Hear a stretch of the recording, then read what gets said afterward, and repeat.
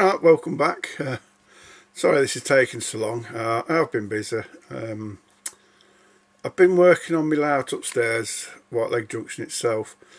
As you stood behind the control panels on the operator's side, the corner to my right, I wasn't 100% happy, but I stripped it down, relayed it. I'm a lot better with it now, a lot happier with it. So that's taken a bit of time. And I've also been making these leads.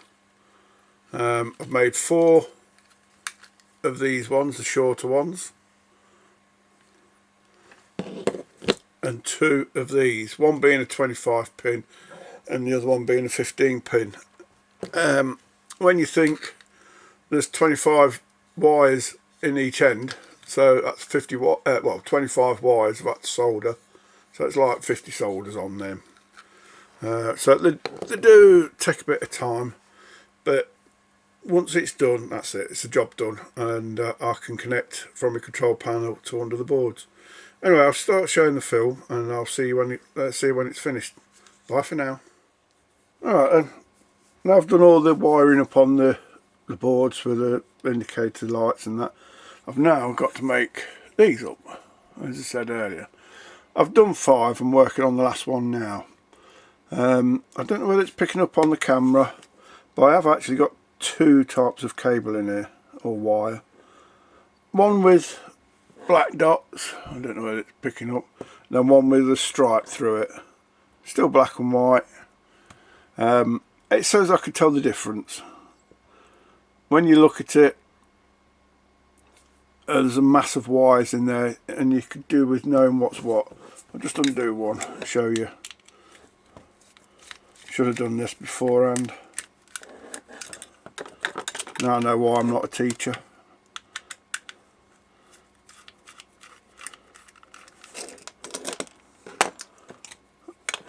There we are.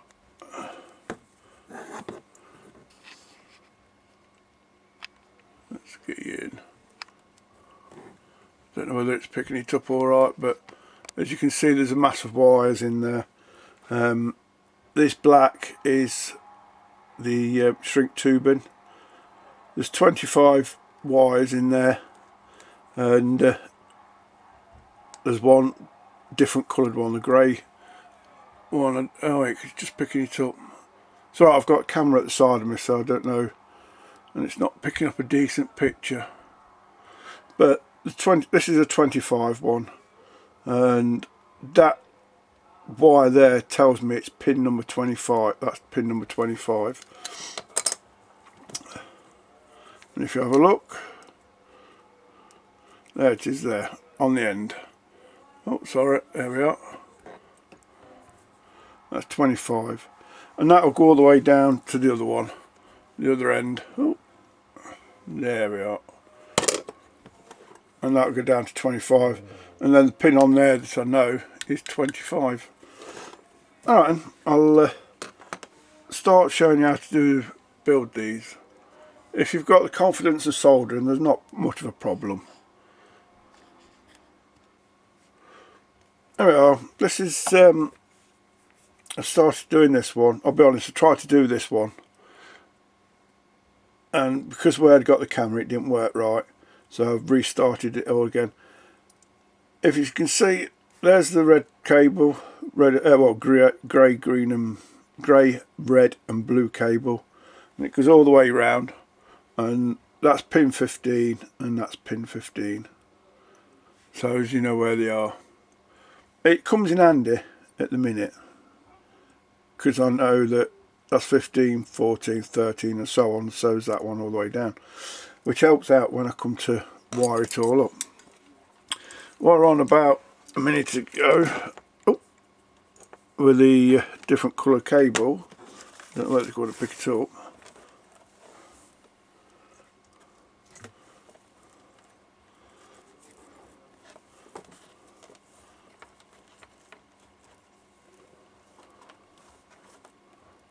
There we are.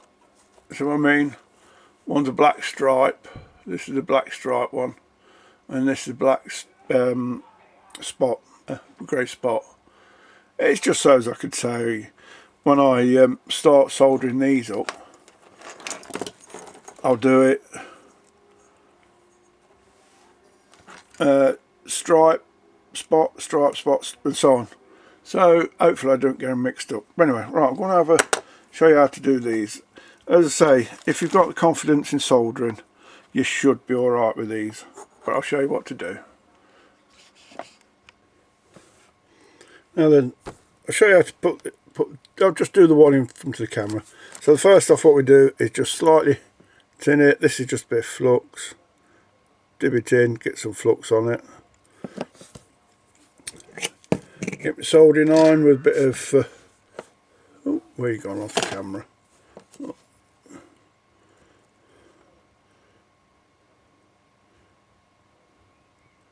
Get a bit of solder on the soldering iron. Keep forgetting you have to do it the wrong way round. There we are. And that's it's been fluxed on there now. And what we do is put some more flux on.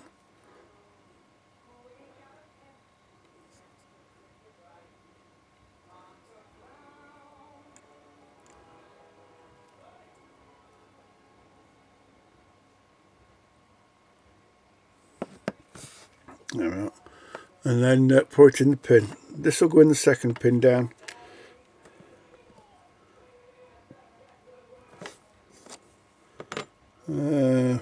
I've lost my tweezers now, typical.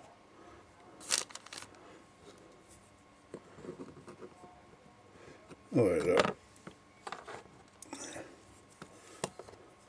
This is one of them jobs where you could do with an extra pair of hands. Can you see that? No.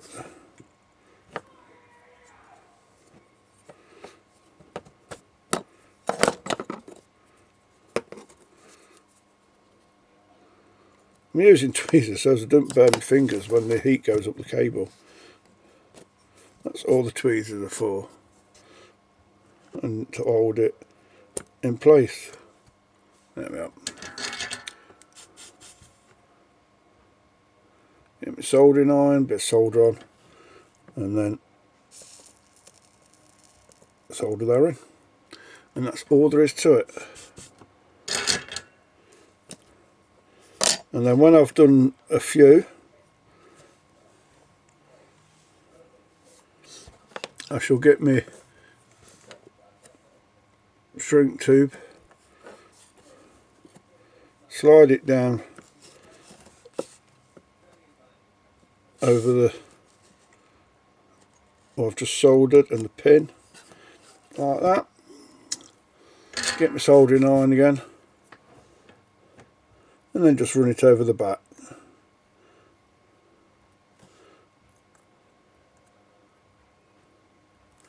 And that's it.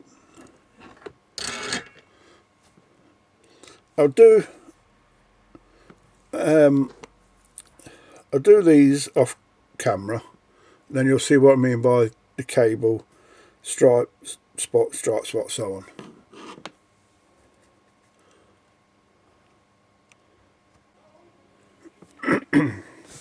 There we are. If you can see what I mean, that one is pin 15 on this one. On the other ones it's pin 25 because this is a 15 pinner, the others are 25. And so I mean, a stripe, spot, stripe, spot, stripe, spot. It's just so as I don't get them mixed up when I do the other end. Because when you think on it, there's 15 cable wires going to be on here, and there's 25 on the others, and it's easy to get them mixed up. Because you're soldering, if you do find you've done one wrong, it's not the end of the world. It is repairable. And as all you do is, well, say you've got the wires crossed and you found out before you sealed it all up. Just run your soldering iron over the solder. It will remelt the solder, and then with a bit of force, not a great deal, you know, you just tug it out and it will come out. It will leave solder in the pin, but it's no, as I say, it's no great tapper, because when you get your right the correct wire, you put it on the hole there. When you warm it up with the soldering iron, the solder that's in the pin melts, and then you just slide it in. There's no say if you've got the confidence with using a soldering iron, they're easy enough to do. But anyway, I shall do both sides, and then afterwards I'll show you what I've done. Earlier on, I'll show on about if you make a mistake, you can take the wiring out. I'll show you what I mean. This cable, I keep saying cable, this wire should be in pin number, well, that pin there. But I purposely put it on here to show you what'll happen if you get it wrong. My hand might get in the way, which I'll apologise for. I'll try and do it without getting too much in the way.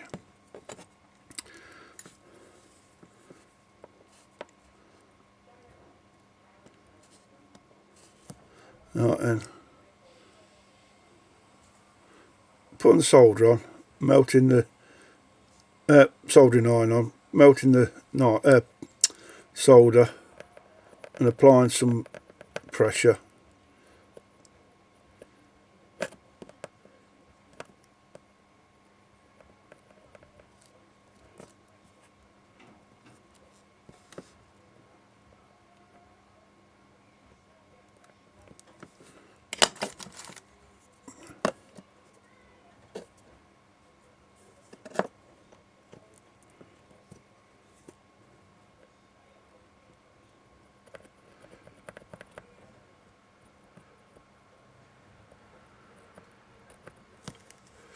Ain't working, sod's law.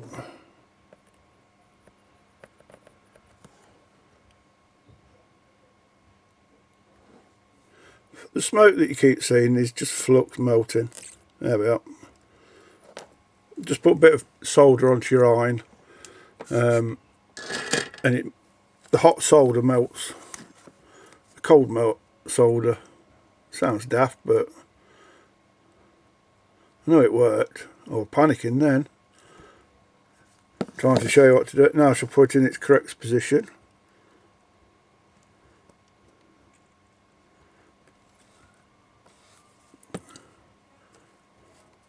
Sorry if I keep getting in the way. I've got the camera in front of me and I'm trying to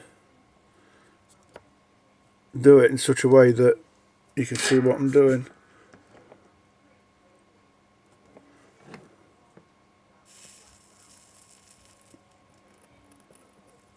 There we are, and it's on its right pin now. Yep, that's it. Alright, I shall carry on, and that's me bending the wire while it was hot. So, but yeah, and then I shall carry on. Oh, there you go. As you can see, I've done these now. Oh, sorry, the hand's in the way. These are the 15 pin ones, obviously because there's 15 connections.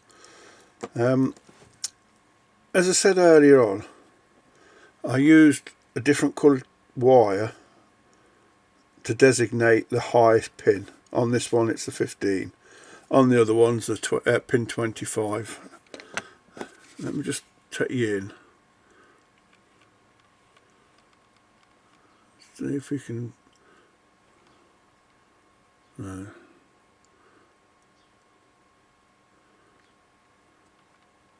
No, that's as close as I can get. And I have to do that the old-fashioned way.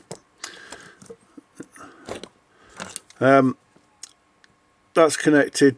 That's pin 15. So's that. And then as you see, there's stripe, and under this lot somewhere there's another stripe. It is in there, I can assure you. And that's how to go: stripe, pin, stripe, so on. You don't have to use two different colours. You can use all the same colour if you like, but be careful, because if you're soldering onto this part and then when you come to this part you get the wires crossed, it's going to cause chaos if you've not noticed. If you've noticed, there's no problem. I've shown you how to desolder and then resolder them into situation, and so you can repair it as long as you've realised what you've done. But we'll say you've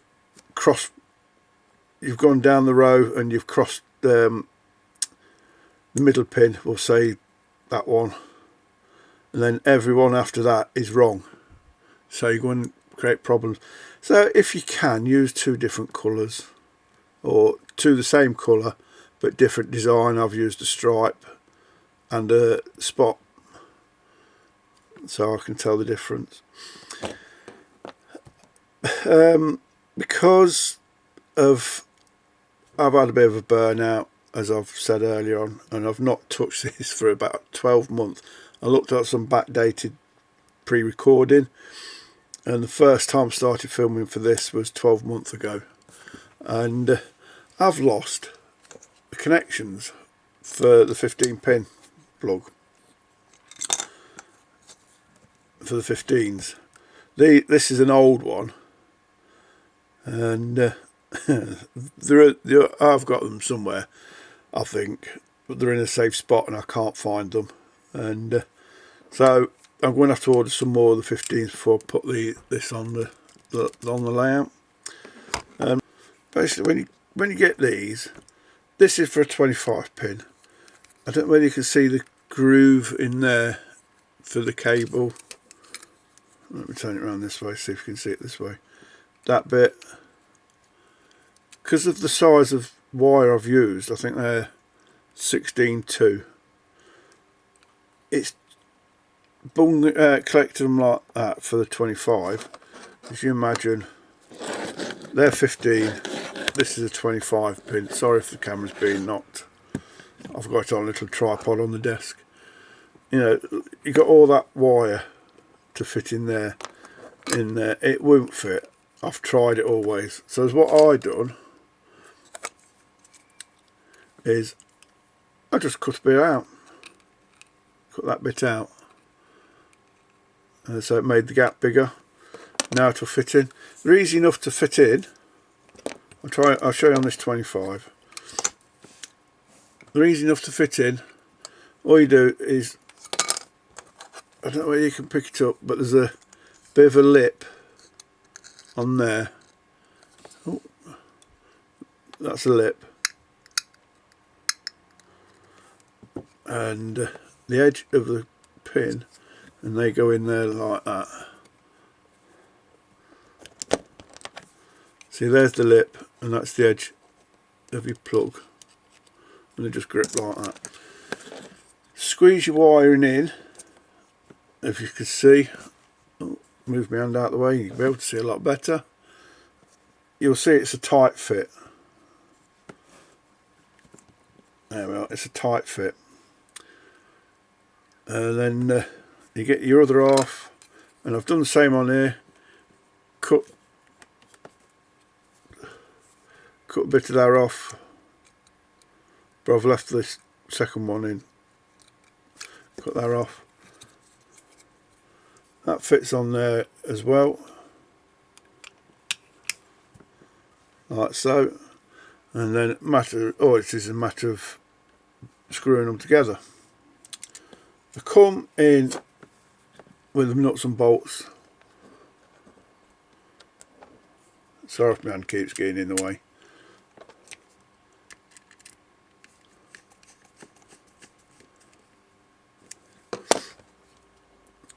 Come with all the fitting kits and whatnot.